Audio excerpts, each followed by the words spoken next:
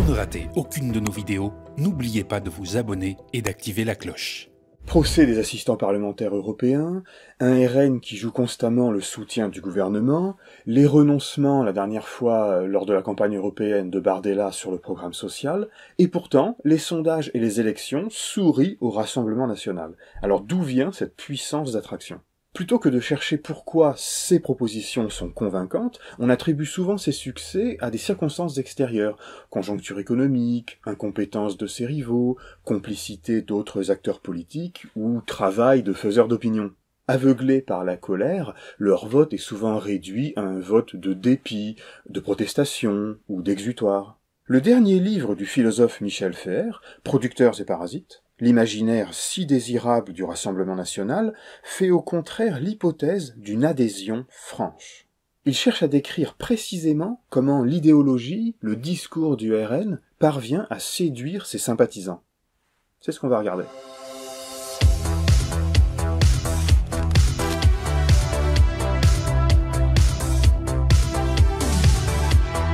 Michel Fer ne refuse pas les facteurs habituellement mis en avant par exemple par la gauche.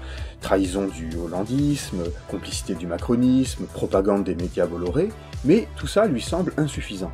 Il faut beaucoup plus s'intéresser à l'offre idéologique du Rassemblement national, qui mêle ressentiment contre des profiteurs et fierté d'appartenir à une communauté nationale. Les électeurs semblent trouver dans ce parti une représentation du monde et de leur place dans ce monde, une représentation qui est attirante, rassurante et même prometteuse. L'idéologie ou la représentation de la société que le RN propose, Michel Fer la nomme producérisme, et plus précisément producérisme racialisé. Le terme pas très heureux vient de la recherche anglo-saxonne, producerism, qui donne en français producérisme. On aurait pu dire producteurisme, mais ce serait encore plus moche. Alors, c'est pas une doctrine défendue explicitement par des gens qui se diraient producéristes. Rien à voir non plus avec le productivisme, qui est une vision économique dans laquelle la croissance est l'objectif principal. Non. Être producériste, c'est avoir une certaine vision morale du rapport entre différents groupes sociaux. Et cette vision repose sur 3 piliers. Premièrement, la distinction entre des travailleurs honnêtes, utiles et productifs, et des improductifs, oisifs et inutiles, mais qui sont particulièrement habiles pour parasiter les premiers et les déposséder des fruits de leur travail. D'un côté, les producteurs. Ces producteurs peuvent être des travailleurs, peuvent être des indépendants, peuvent être des entrepreneurs. Mais l'essentiel dans l'histoire, c'est leur vertu. Ce sont des gens qui bossent, et qui bossent pas n'importe comment, ils produisent des choses utiles, et qui n'aspirent à rien d'autre que de vivre dignement du produit de leur labeur. Bref, ce sont des adeptes de ce qu'on appelle la valeur travail. Ces gens-là vivraient heureux si une grosse partie du produit de ce travail n'était spoliée, volée par des parasites, qui pour leur part ne travaillent pas, ou en tout cas, même s'ils travaillent, ne font rien d'utile. D'ailleurs, ils font même plutôt un travail nocif. Deuxièmement, la distinction au sein des improductifs entre des parasites d'en haut et des parasites d'en bas. Les parasites d'en haut, ils ne sont pas dans la production, mais ils sont dans la circulation du capital. Les spéculateurs, ce sont des prêteurs, toujours un peu usuriers, mais ça peut aussi être des intellectuels qui manipulent les malheureux producteurs avec des théories spécieuses.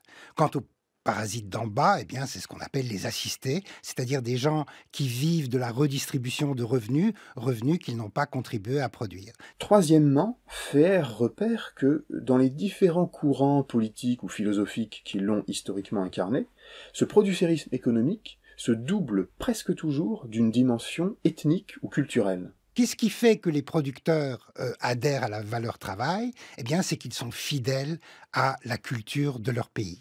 Alors que les parasites, eux, sont toujours un peu étrangers. Soit parce qu'ils ont un autre passeport, soit parce qu'ils sont étrangers à la culture nationale. S'ils sont des financiers, ils vivent dans le monde un peu interlope de la finance internationale. Et s'ils sont des assistés, eh ben, ce sont essentiellement des travailleurs immigrés. Donc, des travailleurs productifs et des parasites. Des parasites d'en haut et des parasites d'en bas.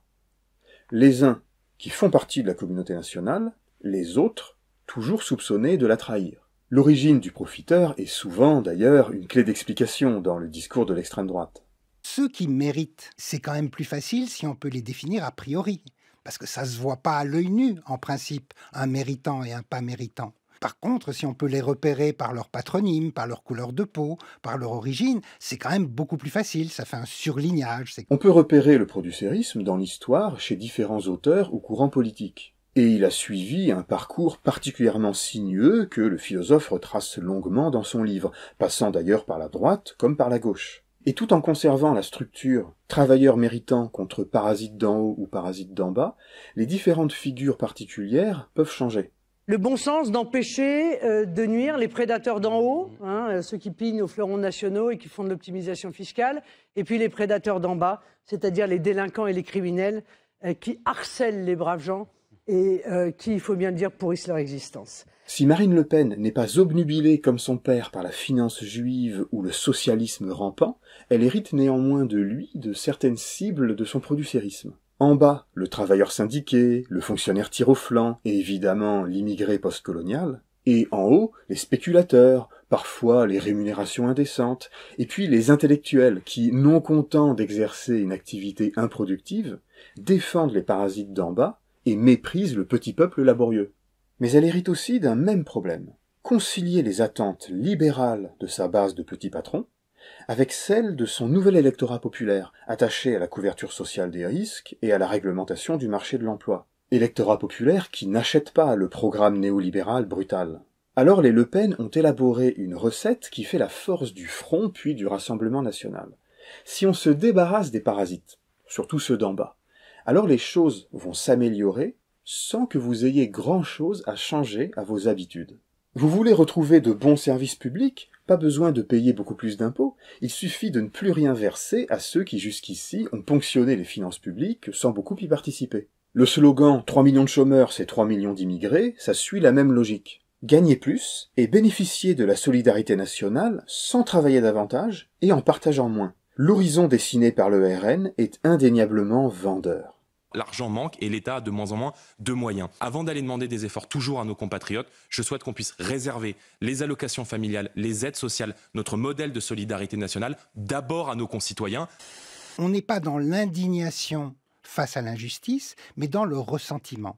C'est-à-dire qu'il ne s'agit pas de dire « Ah, il y a des inégalités structurelles contre lesquelles il faut se battre », mais c'est de dire « Il y a des gens qui jouissent à ma place et qui ne le méritent pas ». Et par conséquent, ça veut dire que le but de cette vision du monde producériste, c'est au fond l'épuration. C'est l'idée de se débarrasser des parasites et tout ira bien. Le producérisme d'extrême droite vous promet qu'il n'y aura pas à choisir entre la brutalisation sociale de la droite qui veut imposer la dure loi du marché et la brutalisation fiscale de la gauche qui veut imposer le partage, interroger la propriété capitaliste et le rapport d'exploitation salariale. J'invite les électeurs à ne pas choisir entre les destructeurs d'en haut et les destructeurs d'en bas, entre ceux qui veulent vous priver de vos droits et ceux qui veulent vous priver de vos biens. Le RN jouit alors d'une position centrale. Il peut se présenter comme le parti du juste milieu, entre le haut et le bas, entre la droite et la gauche. En effet, les autres sont embêtés. La droite ne parvient pas à dénoncer des parasites d'en haut, et la gauche, attachée à l'égalité, ne trouve pas de parasites en bas. L'extrême droite sait désigner des parasites à la fois en haut et en bas de l'échelle sociale. Surtout en bas. Dès lors, pour lutter contre l'extrême droite, mobiliser le prisme producériste est tentant, parce qu'il donne de la société et des rapports économiques une description facile à comprendre, et surtout immédiatement formulée en termes moraux, avec des prédateurs à condamner. Sarkozy s'y était essayé, rencontrant dans un premier temps quelques succès, avec sa France qui se lève tôt et son travailler plus pour gagner plus. À gauche, on a aussi tenté le coup, de manière plus ou moins balourde. Les fâchés pas fachos de Mélenchon et Ruffin, ou la gauche du travail pas des allocs de Roussel. Mais selon Michel Fer, cela ne fait que légitimer un terrain sur lequel le RN est le meilleur, car il inventera toujours des profiteurs d'en bas, et il n'hésitera pas à en donner une interprétation raciste. Son objection principale, c'est que le producérisme est une sorte de package global dans lequel on ne peut pas venir picorer un petit élément sans prendre l'ensemble de la vision. C'est oublier que le producérisme ne situe pas le peuple à la base d'une pyramide, mais bien dans la partie médiane d'une courbe en cloche. Lui emprunter l'opposition distinctive entre prédation et contribution au bien commun implique par conséquent d'imputer l'infortune des producteurs à deux types de parasites, les uns abusivement nantis, les autres indûment assistés. Donc, le producérisme du RN lui permet de vendre une solution indolore et superficielle pour améliorer la condition du bon petit peuple. Quelques taxes sur les rentiers et supprimer des prestations jugées parasitaires. C'est à 1000 lieues du projet de la gauche, qui est de s'attaquer au capitalisme, au rapport salarial, au profit, à l'exploitation, autant de phénomènes qui traversent l'ensemble des entreprises et de la société, et donc qui nécessitent une transformation globale et profonde.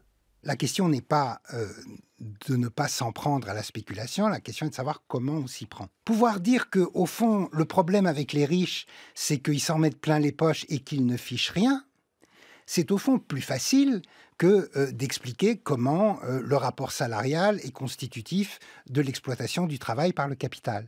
Voilà pour ce petit parcours de l'analyse de Michel Feher. Si vous voulez creuser, vous pouvez lire le livre ou écouter ses différentes interventions médiatiques. Et nous, on se retrouve dans 2 semaines.